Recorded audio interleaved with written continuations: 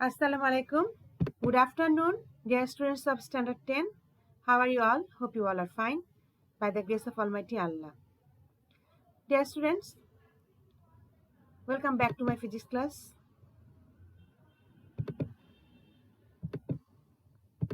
You know I am taking chapter 9 from your physics book. And today I am going to explain ray diagram.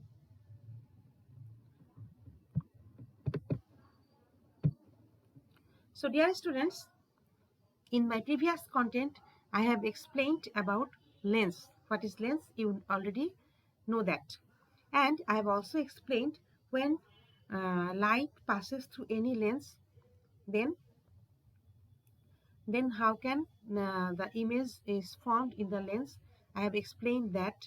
That means if the light is incident along the direction of principal axis, then parallel to the principal axis, then after refraction the refracted ray will go through the principal focus.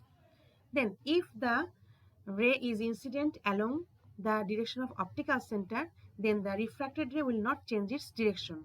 If the ray incident through the principal focus, then after refraction the refracted ray will be parallel to the principal axis. I have explained that in my previous content. So today I am going to explain about ray diagram. That means I will explain the position of the image for the 6 different position of the object. So you have to remember one thing. Here there is a rule that is known as rule of 6. Object position plus image position equal to 6. That means if I add the position of the object and position of the image, then the resultant will be 6. Look, the position of the object. The object, number 1 position, when the object is at infinity. Number 2, when the object is placed behind twice f. Number 3, at twice f. Number 4, between f and twice f. 5, at f.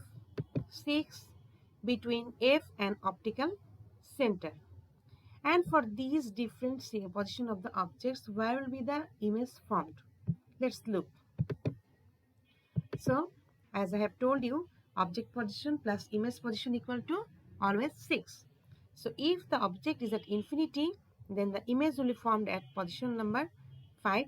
So, the sum of 1 plus 5 equal to 6. If the object is behind twice f, that means position 2, then the image will be formed between f and twice f, that is position 4. If the object at twice f, then the image also will be formed at twice f. 3 plus 3 equal to 6. 4 number, behind twice f. That means if the object is placed between f and twice f, then image will be behind twice f. If the object at f, principal focus, image will be formed at infinity. 6 number, between f and optical center. So then the image will be formed at the side of the object. So depending on the position of the object on the principal axis, the nature of the image may be real, virtual, erect, inverted, magnified, diminished, or equal in size to the object. If the position of the object is between the focus and optical center, the image will be virtual, erect, and magnified. So let's look at this slide. Here I have given 6 diagrams for the 6 position of the object, and for those 6 position of the object, where will be the image formed? Let's look. When the object is at infinity, the image will be formed at f. If the object is behind twice f, then the image will be formed between f and twice f. If the object is at twice f, then the image will be formed at twice f. And here, look at this figure. Here the objects, the size of the object and size of the image is same. That is equal. Look here, between f and twice f, it will be behind twice f. Here, the object is at F, so the image will be formed at infinity. Here, the object is placed between F and optical center, and the image is formed behind twice F. That is at the side of the object. So here you have to remember one thing.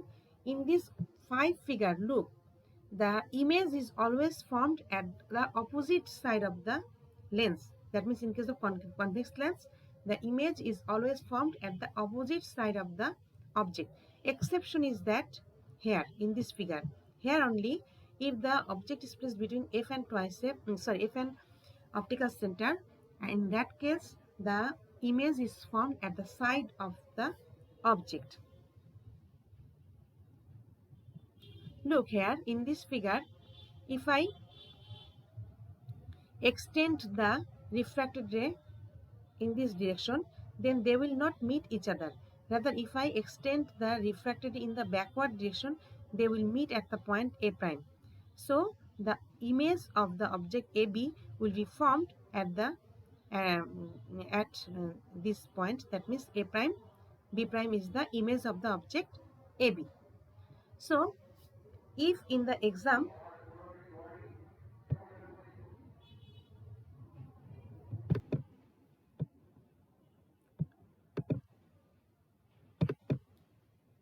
now,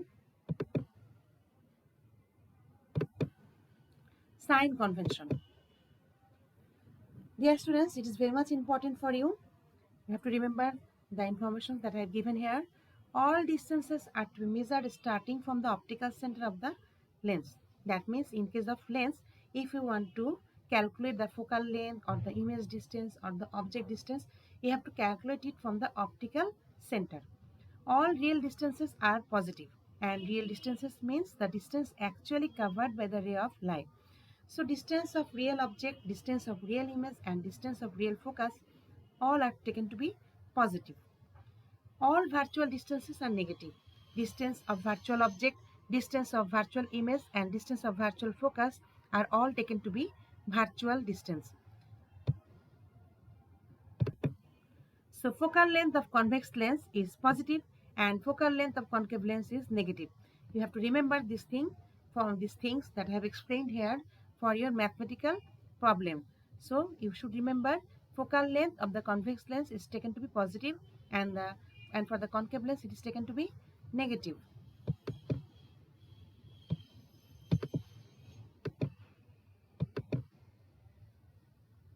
Now look at this chart. I have made it for you. So here U denotes image, position of the image, sorry, object. V denotes position of the image, that is in object distance, V is image distance, and F is focal length. So E will be positive when it is real and it is negative when it is virtual. V is positive when it is real and V is negative when it is virtual. And you know, for the convex lens, F is always positive, and for the concave lens, F is always negative. Look here, the image of an extended object in a convex lens. So look here, PQ is an object, and look at this figure. From the point P, if the ray incident along parallel direction of the principal axis, then the refracted ray will go through the principal focus. Okay, and if the ray is incident to the optical center, then the refracted ray will not be deviated, that will go along the same direction. So here the image P prime Q prime is formed of the object PQ, and that is shown in the figure. So look here, the description of the figure is given here in this here. So here LO1 is the convex lens and FO F prime is the principal axis. So an extended object PQ is placed perpendicularly on the principal axis in front of the lens at point F and twice F. That means here the object is placed between F and twice F. The image of the object PQ is to be drawn. A ray of light PR coming from P parallel to the principal axis that I have already told you, incidents at point R and is refracted to the principal focus F along the path RFP1. Another ray, PO, from P passes through the optical center O and is refracted along the path OP1. The refracted rays RFP1 and OP1 meet at the point P1. So P1 is the real image of the object P.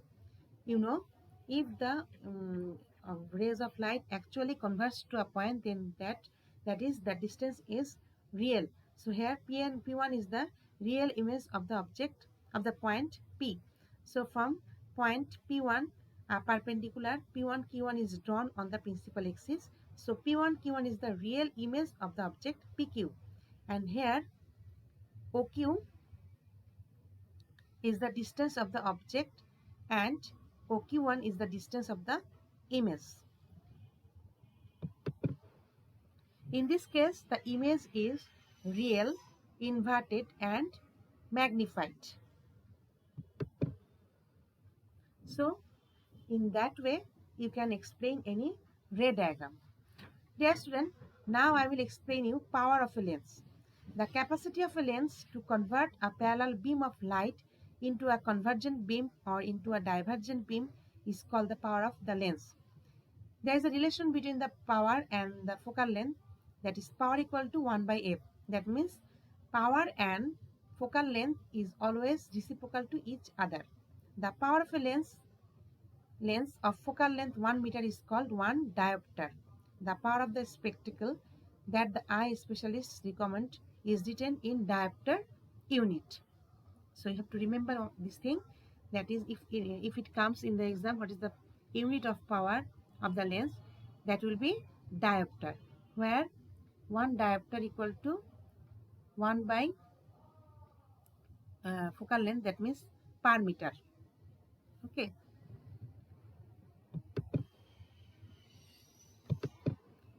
Dear student, there is a mathematical problem for you. Very easy math.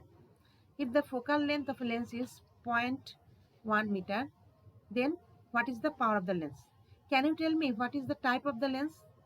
By seeing the focal length is positive, that means the lens is convex lens.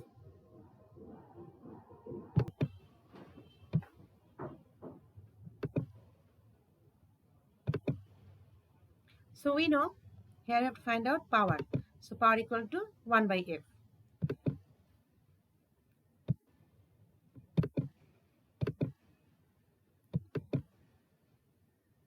So here focal length f is given, that is 0.1 meter.